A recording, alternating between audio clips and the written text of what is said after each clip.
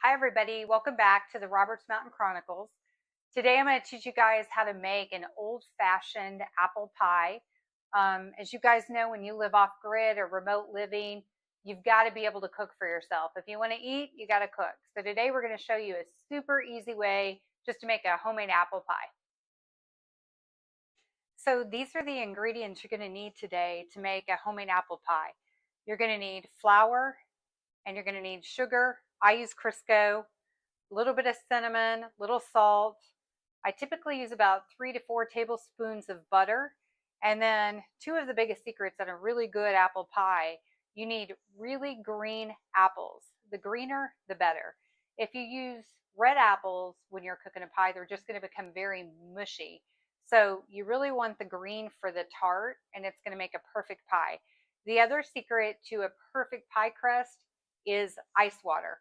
The colder the water, the better your pie crust is going to be. So you can see I've got some water chilling here, and that's a key ingredient.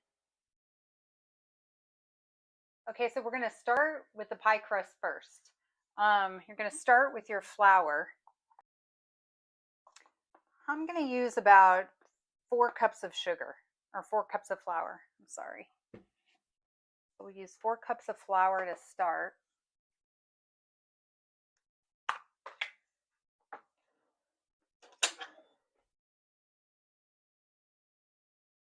Crust, you're going to want to add anywhere from 3 to 4 cups of flour. And then in addition to that, you're going to probably add about 2 or 2.5 cups of Crisco. I'm going to add just a little bit more to this pie crust. And what you want to do is mix this with your hand, because the key to pie crust is really about how it feels. And so you're going to want to get it into these little small balls. I don't know if you can see these or not, but this is the texture. This is what it should look like. If you've got too much flour, it's not going to work. If you got too much Crisco, it's not going to work. So you just want it like this. That's where it's kind of this texture right here. And that's exactly what you want.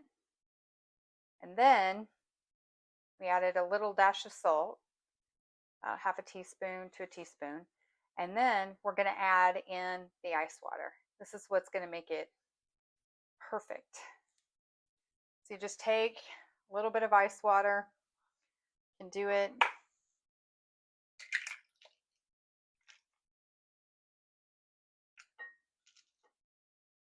so this is about a half a cup right now. And then we're going to mix this together.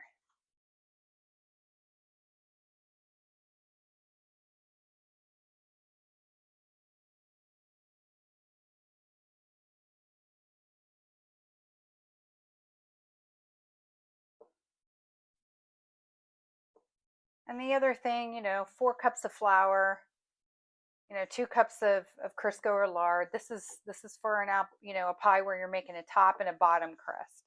If you're making something like a pumpkin pie, you just need a bottom crust. You can do half of what I just did. So this is perfect. This is exactly the way that your crust should look before you lay it out. Exactly. All right, so you're going to take the pie crust right now. You're going to break it into 2. You need the top and the bottom ready to go, right? And we're going to dump out on our surface a lot of flour so it doesn't stick. And if you don't have the stuff all over you by the end of it, you're probably not doing it right. So just get your surface nice and ready to go. I've got this special rolling pin. This was my grandmother's. You notice the one handle's missing. My grandmother was born in 1908 and taught me how to make apple pies when I was 6 years old. And I have been using this rolling pin ever since. Okay, so you're going to start to roll it. You're going to smooth it down with a little more flour. Keeps it from sticking to your rolling pin. I'm just going to roll it out in all directions. Get it just perfect.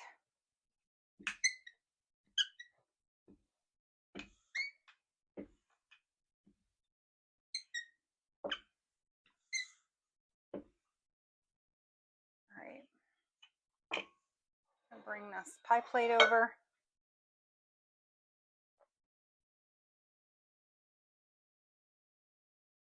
Get this sucker.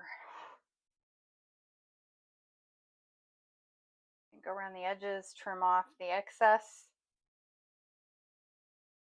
that you don't need, and then just patch it over here. Doesn't have to be perfect when you roll it out. You can patchwork this together just like that. Nobody's going to know because they're not going to see it. So it doesn't really matter.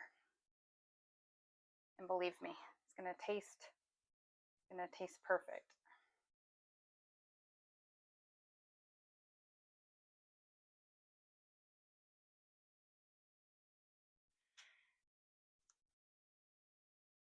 This is the worst part about making an apple pie, is peeling the apples. Everything else, easy. Okay, so now we're going to add the apples in.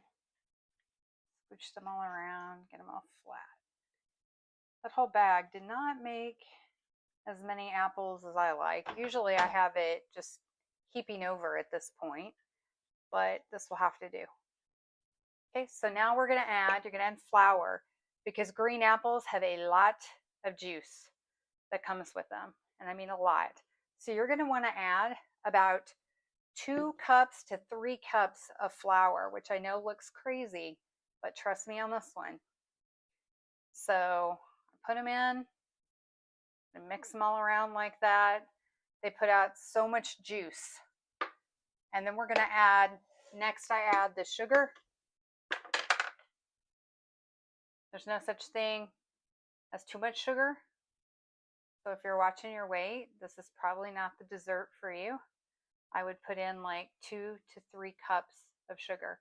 So this is what it should look like. Don't really even want to see the apples when you're done. This is it.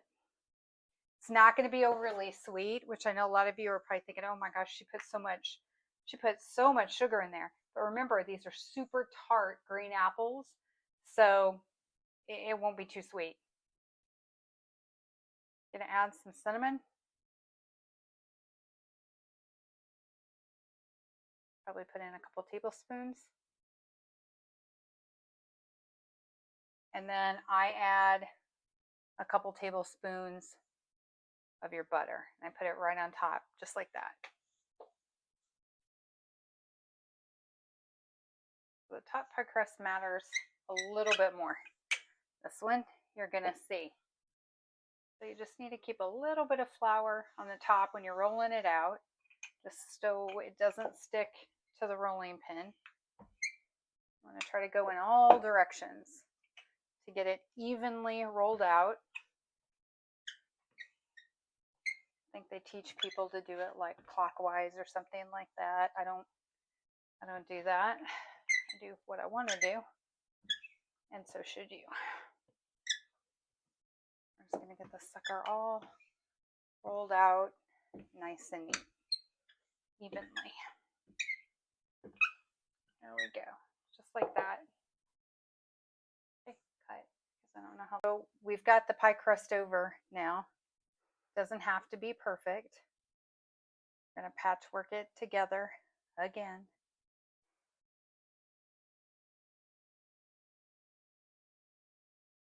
Just going around, making my edges.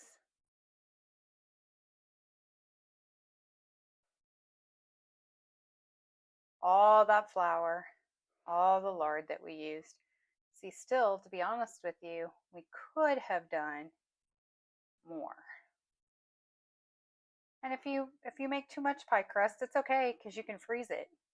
Save it for another day. You can never make too much. You definitely can make not enough. So better safe than sorry. I'm adding some more pie crust here, just to make it a little thicker around the edges.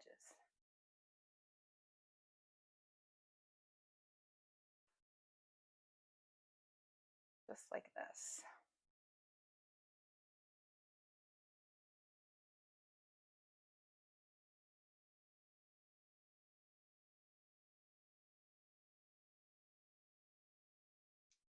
Voila, we've got that. I think I'll make it a little thicker over here.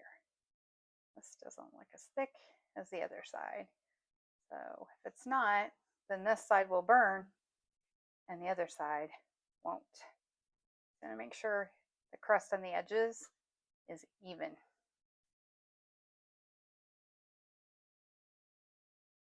It's just kind of like art, like you're making a picture.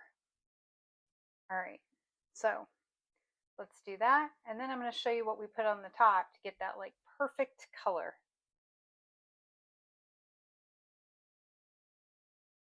Okay, so to get your pie crust to just be like this beautiful brown color that you see in those magazines, and you're like, why doesn't mine ever look that way?